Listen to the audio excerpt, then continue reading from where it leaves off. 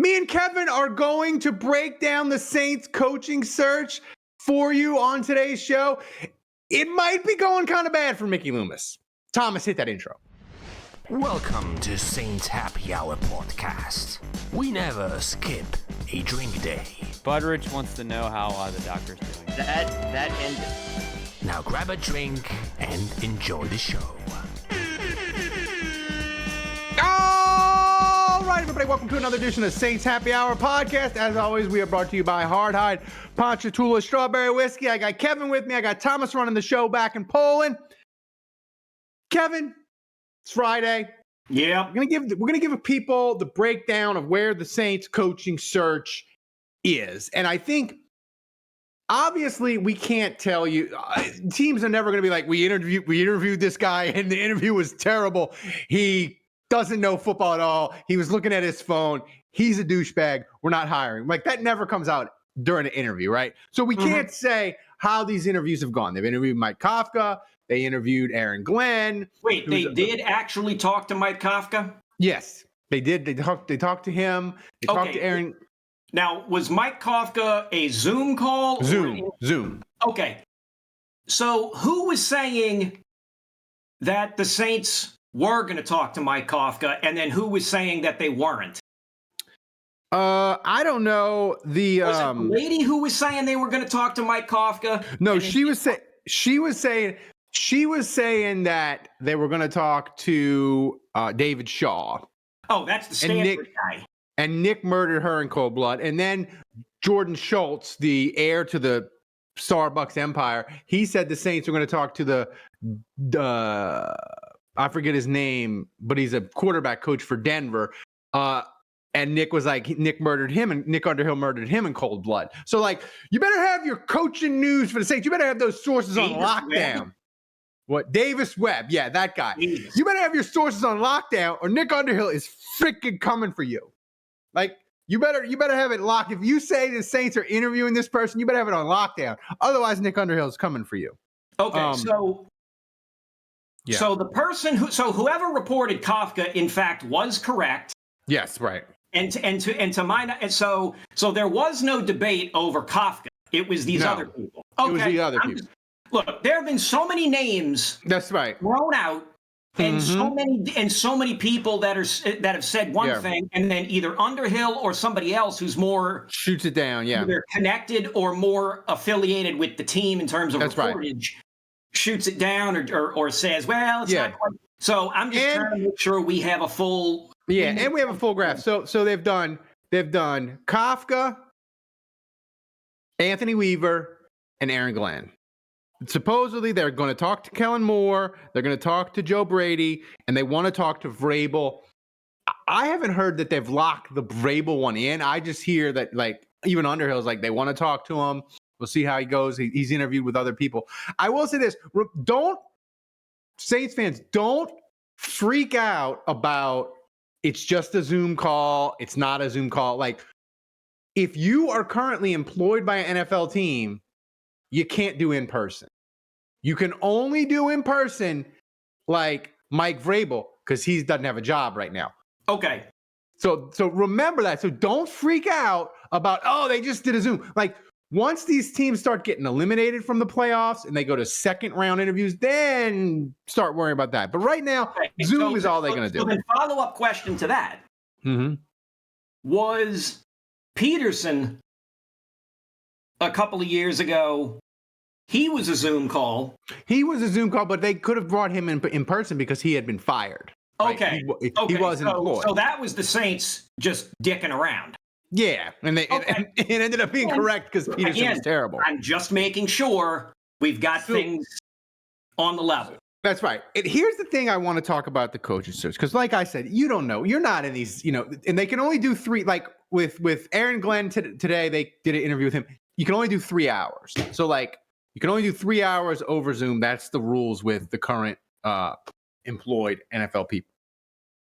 Here's the thing I want to talk about. I want to talk about, as we look at other teams trying to hire coaches and GMs and that sort of thing, is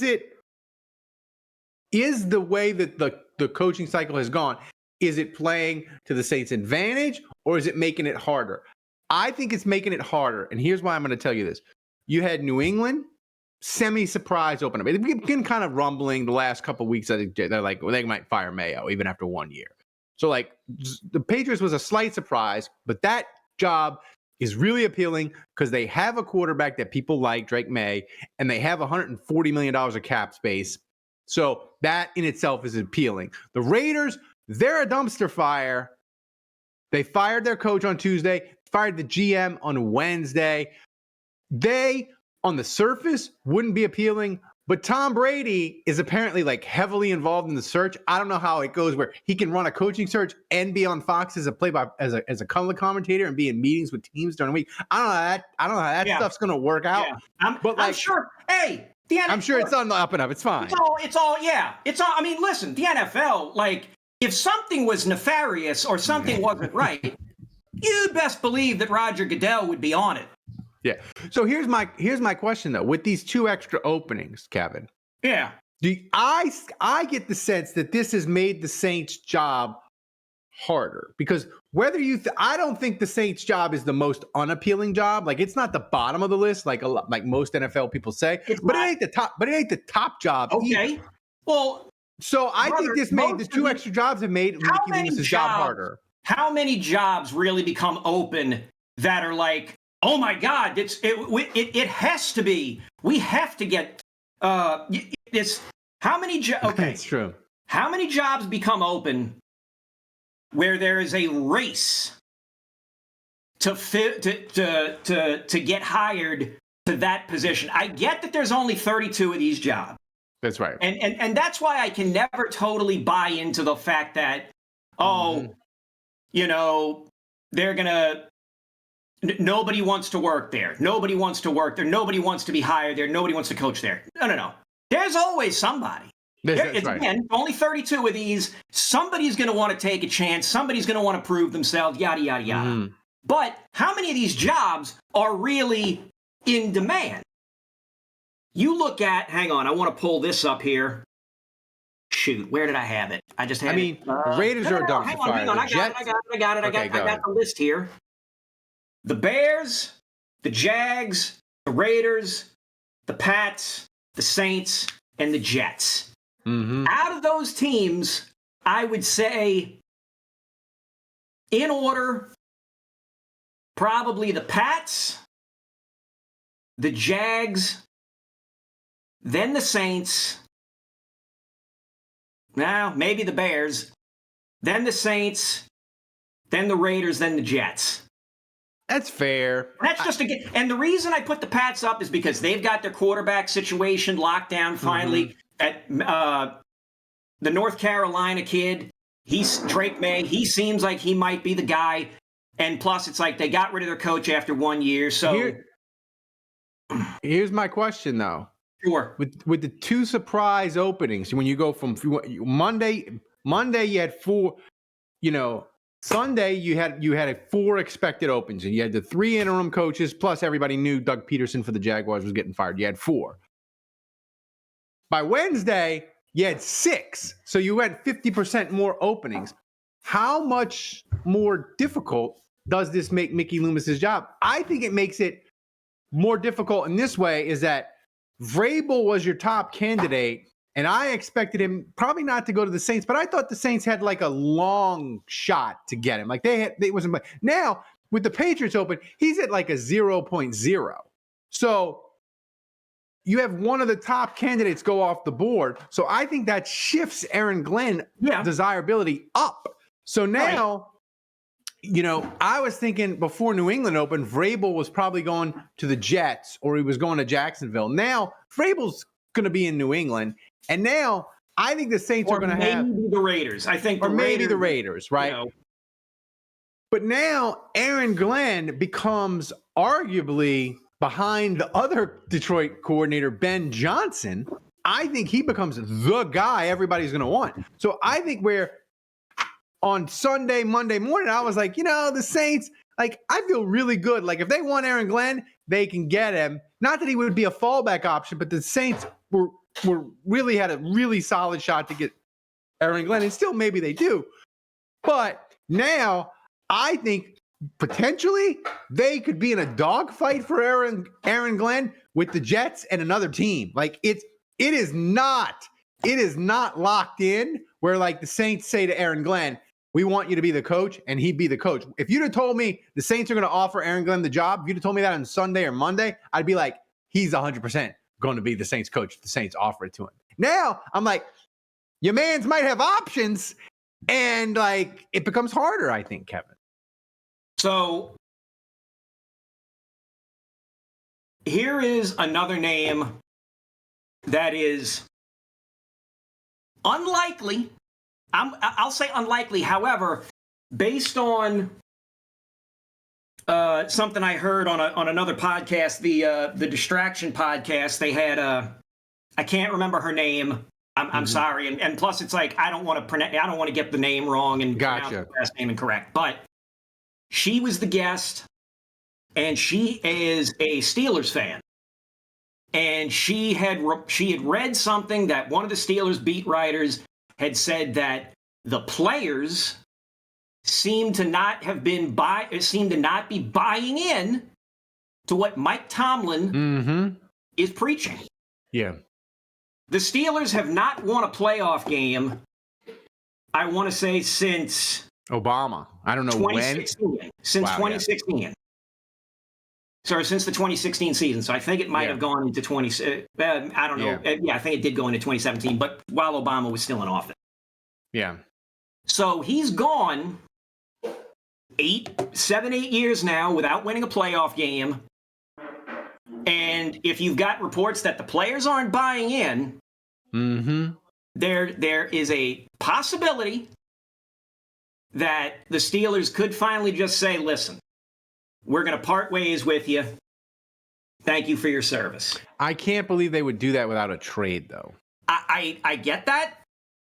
And I'm just telling you, I would not be shocked. I wouldn't be surprised if the Steelers lose to the Ravens and if they get waxed by the Ravens. It would not surprise me if Mike Tomlin got let go, or if the team put out feelers that, hey, if you're willing to trade us a draft pick or something, we'll trade Mike Tomlin to you or something. Yeah.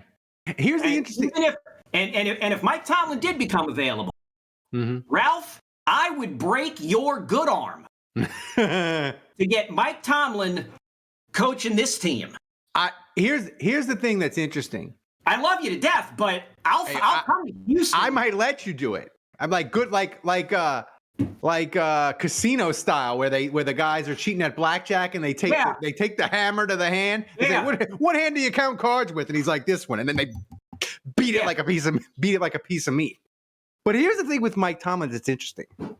Coach trades. I think the Steelers would say, hey, we want what Sean Payton, what the Saints got for Sean Payton, which was a first and a second, and the Saints gave Denver back a third. But here's the thing. Like, if the Steelers get whacked in this playoff game, that'll be 4 straight losses to end the year, plus a playoff loss. Like, I just wonder, like, if teams are going to be like, yeah, we want Mike Tomlin, but like Steelers, we're not going to give you we'll give you 2 seconds. Like, I just wonder. Now, maybe I'm wrong and teams are be falling all over themselves. The one thing I would say for the Saints is if you trade for Mike Tomlin, you got to push the compensation out to next year. You can't give them the 10th pick for Tomlin. I mean, in a sense of, I'd probably get over it if they did it, Kevin, but that is a steep price to pay with this roster. If the asking price was we want the 9th pick, then I would say, sorry, that's too rich for our blood. Best of luck to you, and we'll be on our way. Now, if they wanted the 40th, if they wanted the 40th this year, and maybe whatever our first round, and I know this is me saying this. That's right. They wanted number 40 this year, and the first round for 2026, whatever that would be. Yeah. I would debate it. I would be doing a lot of internal debating. Yeah. But again, I mean, but then that comes all into my strategy of, you always got to trade down anyway. That's right. Accumulate, but whatever. But the point is that if Mike Tomlin somehow became available this offseason, I would be hooking a Chinook helicopter up to a Brinks truck and flying it to Pittsburgh. Gale, if I could advise Miss Gale on anything, I would get some legitimate. I would look at retired CIA and send them to the greater Pittsburgh area and find out if there's any possibility that Mike Tomlin could be in trouble if the Steelers lose on Sunday or what is it, Saturday. Saturday. Here's another thing with this coaching search as we look into it is I know it doesn't make sense. Like I'm drawing a blank on the word. Like in your brain, you don't think this, but emotionally, I think teams are going to think this a lot because Denver's defense is really good. If Joe Brady takes out the whooping stick and gives it to Denver, gives it to him on Sunday, I think his candidacy could heat up. On the flip side, if Denver goes in there and Josh Allen fumbles twice, throws a pick, and Denver wins, he could really cool off. So I think even if it's an ugly game and Buffalo wins, that would cool off Joe Brady. Like if the Bills win 20-16 and Josh Allen just throws like 2 touchdowns, a pick, and is like 240 yards or something, and Denver's defense keeps them contained, I think that could hurt. Yeah. Here's a question that I have for you, and then we'll get out of here. Coaches, what in the coaching search? Because, like I said, I'm not going to pretend. I think you made a great point on the postgame show about the Saints just need to let the coach, whoever he is, decide on assistants. I think that's a great point. And I think the other great point made is Andrew made the point of we aren't in these interviews. We don't pretend to know. So I'm not even going to pretend to know who's a good or a bad coach. But what I will say this, and this is my question, what do you think has to happen with these other jobs, whether it's this weekend or maybe down the line? What has to happen for these jobs for the Saints to have a better shot at getting a better coach? Like, do you have a scenario where you say, if this guy goes here and this guy goes here, that really can help the Saints? Because I have a couple of things that I think if these dominoes fall this way, it'll really help the Saints get a really good coach or get the coach who's first choice on their list. So I think it's going to depend on outside candidates, like names that don't come up. Names that don't come up at the 4, like the top 3 or 4 names that could come up for any particular coaching job. Like, for instance, a Todd Monken or and I hope I'm pronouncing this guy's last name right, like Bobby Slowick from Houston. Yeah. Like any of those guys, if they got hired ahead of Flores or Brady or Glenn or something like that, because then that leaves them open to potentially get picked up somewhere else. Or if somebody says, all right, we'll take Kellen Moore off we'll take Kellen Moore off because we're going to hire him. We like what we think he fits well with us. You want a team that somehow is going to take one of those. How do I communicate this? You have your board. You want somebody that's not on the Saints list, right? You want somebody to take somebody who is middle of your board, so that way you're okay. That way you're looking like you have better options. Yeah, it's like your decisions. Your top options are still available. Yeah, it's like when the Saints had Drew Brees. I would always ask you and Andrew, how do you want the draft to go? And you would just be like, I don't care who, just as many quarterbacks before the Saints, because we don't need a quarterback. As many quarterbacks go before the Saints, it's cool, right? Right. That's what you were saying. Here's my thing that I think would really help the Saints. If the Patriots get blown away by Ben Johnson, the offensive coordinator for the Lions. Ben Johnson just did his interview with the Pats. Yeah. If the Patriots would decide, you know what? We thought we wanted Vrabel, and we like him. He's a former player. But Ben Johnson, he blew us away with his plan for Drake May. He's amazing in Detroit. We're going Ben Johnson. I think that would really benefit the Saints, because if you have Ben Johnson in New England, Vrabel, then the Saints go from no shot to getting Vrabel to the Saints are competing with the Raiders and the Jets. And the Saints can say to Mike Vrabel, hey, buddy, yeah, I know you're friends with Tom Brady, but oh, by the way, you're coach number 5 for the Raiders in 5 years. You're going to go to the Jets? Yeah, they tell you you're going to have a say, and they tell you it's not going to be dysfunctional. But do you really believe that? And when the owner's son is talking to you about Madden ratings, are you really going to be happy? You can come here.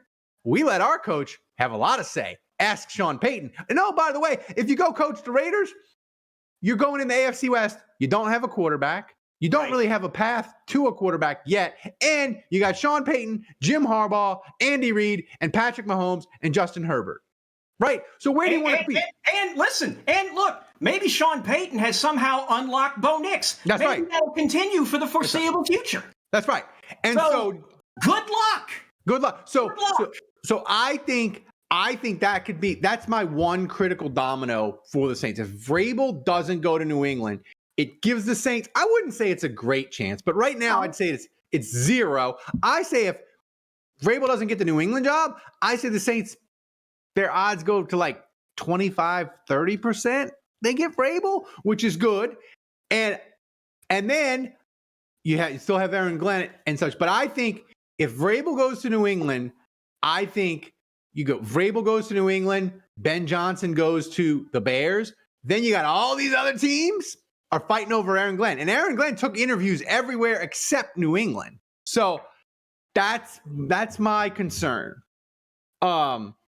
And also another name to keep on the list, although Jerry says that he's going to that him and Mike McCarthy, they're going to open up negotiations and they're probably going to work something out. The rumor is that if Mike McCarthy, if he somehow didn't end up in Dallas, the Saints would be very interested because him and Loomis have a connection from way back when. He was the coordinator for the Saints in 2000 when they won the playoff game.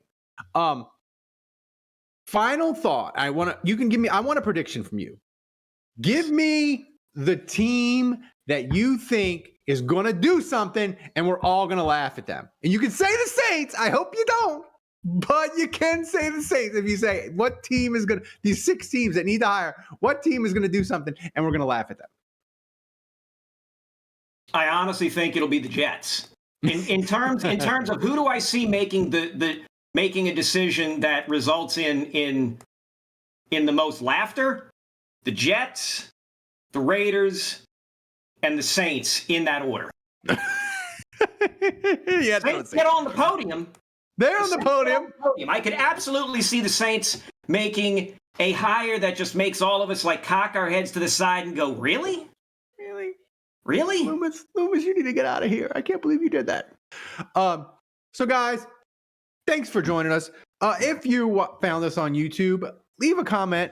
That really helps us with the algorithm. It's a great way to support the show, and it doesn't cost you anything. If you love the show and you're not a patron, go to patreon.com/Saints Happy Hour. We have all kinds of membership tiers. You can check us out. You can sign up for free. Doesn't cost you anything. Try us out. We know you'll love us and you'll stick around. So for Kevin, for Thomas, I'm Ralph. Thanks for joining us. Until next time, the bar is closed.